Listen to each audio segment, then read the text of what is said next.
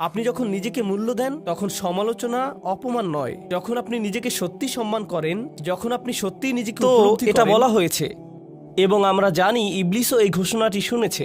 এবং যদি ইবলিস এই ঘোষণাটি শুনে থাকে তবে সেও জানে আদম 3টি জিনিস দিয়ে তৈরি। আমি 3টি জিনিস বলতে থাকি যাতে এটি আপনার মাথায় আটকে যায়। 3টি জিনিস, 3টি জিনিস, 3টি জিনিস। কিন্তু আমরা জানি যে যখন আল্লাহ আমাদেরকে বললেন শয়তান আদম আলাইহিসসালামকে সিজদা দিতে অস্বীকার করেছিল, সে আল্লাহর দিকে ঘুরে গেল।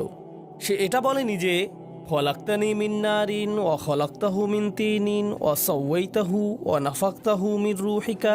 সে বলেছিল আপনি আমাকে আগুন থেকে তৈরি করেছেন, কিন্তু আপনি আদমকে মাটি থেকে সৃষ্টি করেছেন। এটা 3টি জিনিসের মধ্যে মাত্র একটি, তাই না?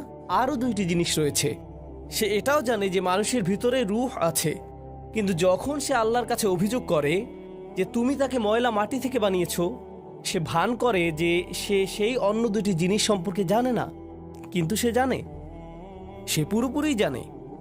এটি একটা সত্যি গুরুত্বপূর্ণ জিনিস যা আমি এই সংক্ষিপ্ত মুহূর্তে হাইলাইট করতে চাই। সব মিলিয়ে আদম আলাইহিসসালামের গল্পে শত শত শিক্ষা রয়েছে, তবে আমি আশা করি আমি এই একটি শিক্ষার উপর কিছুটা সুবিচার করতে পারবো। আমি চাই আপনারা আজকে এটা নিয়ে যান, এবং সেটা হলো যখন সে এই অন্য 2টি জিনিস অস্বীকার করলো, সে জানতো যে যদি সে এই 2টি জিনিস স্বীকার করে তবে তাকে স্বীকার করতে হবে যে মানুষ আসলে কতটা অবিশ্বাস্য। কিন্তু যদি সে শুধুমাত্র এক মাটি বা কাদা স্বীকার করে, তাহলে আদম আর ঘোড়ার মধ্যে পার্থক্য কি? আদম এবং একটি গরু এবং বানরের মধ্যে পার্থক্য কি? তারা খায়, সে খায়। তার আশ্রয় পায়, সে আশ্রয় পায়। তাদের বাচ্চা আছে, তারও বাচ্চা আছে। সে শুধু একটি বিবর্তিত প্রাণী। ওকে, সব ঠিক আছে। সে শুধু বড় 2টি পায়ের উপর দাঁড়াতে পারে। এটা এমন কি বড় ব্যাপার? সে শুধুমাত্র একটি বিবর্তিত প্রজাতি, এর বেশি কিছু না। তার কাছে আর বেশি কিছু নেই। তাই শয়তান নিশ্চিতভাবেই, ইচ্ছাকৃতভাবেই আমাদের অস্তিত্বের 3টি বৈশিষ্ট্যের মধ্যে অন্য 2টি বৈশিষ্ট্যকে অস্বীকার করে। যদি সে ওই বৈশিষ্ট্যগুলোকে মেনে নেয় তবে তাকে আল্লাহ তাআলার তৈরি আদমের আধিপত্য স্বীকার করতে হবে। সে মানুষকে ঘৃণা করে। সে আল্লাহকে আমাদের এই অবস্থান দেওয়ার জন্য দোষারোপ করে, এবং তাই সে প্রতিজ্ঞা করল এর জন্য সে শুধু আদমকে ব্যর্থ দেখাতে চায় না।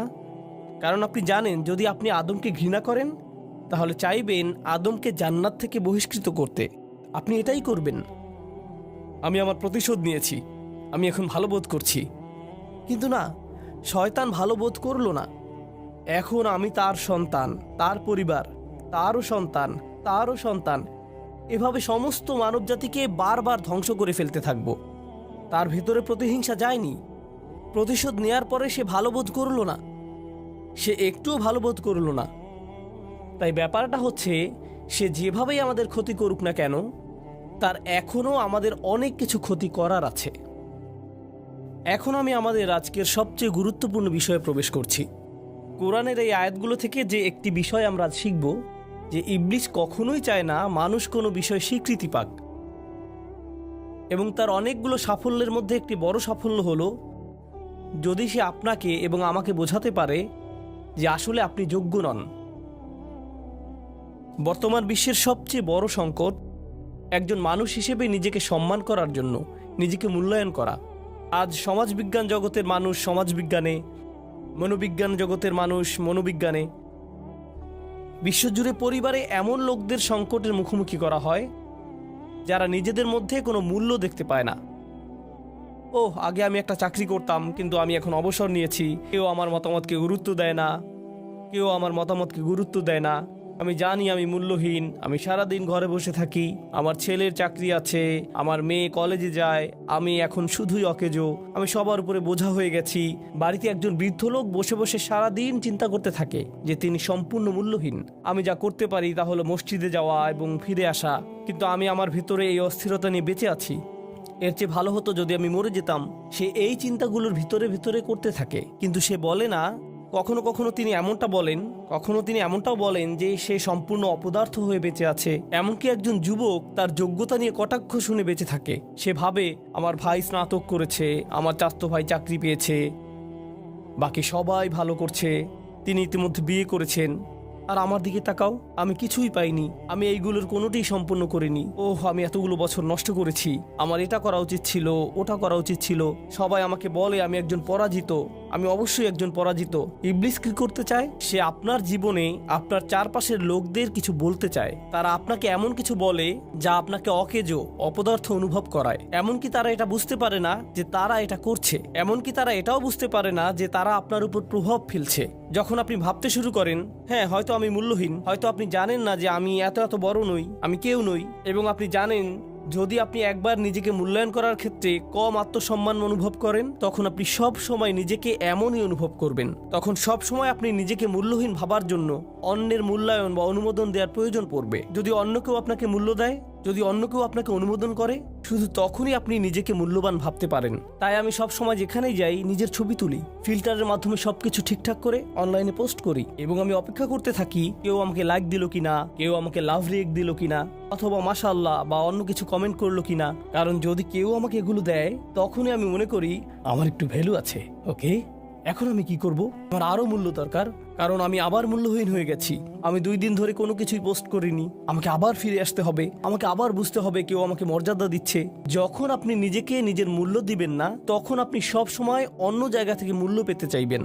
সব সময় চাইবেন অন্যরা আপনাকে মূল্যায়ন করুক, সব সময় অন্যদের কমপ্লিমেন্টের জন্য তাকিয়ে থাকবেন। যদি কেউ আপনাকে দেখে কিছু না বলে, আপনি তাকে বারবার জিজ্ঞেস করবেন আপনার কি মনে হয় এই বিষয়ে, আপনার ওই বিষয়ে কি মনে হচ্ছে, আপনি এটা নিয়ে কি ভাবছেন, আপনি ওটা নিয়ে কি ভাবছেন। কারণ আপনি অন্যদের মতামত ছাড়া নিজেকে অপদার্থ মনে করেন, এবং এভাবে আপনি ভয় পান।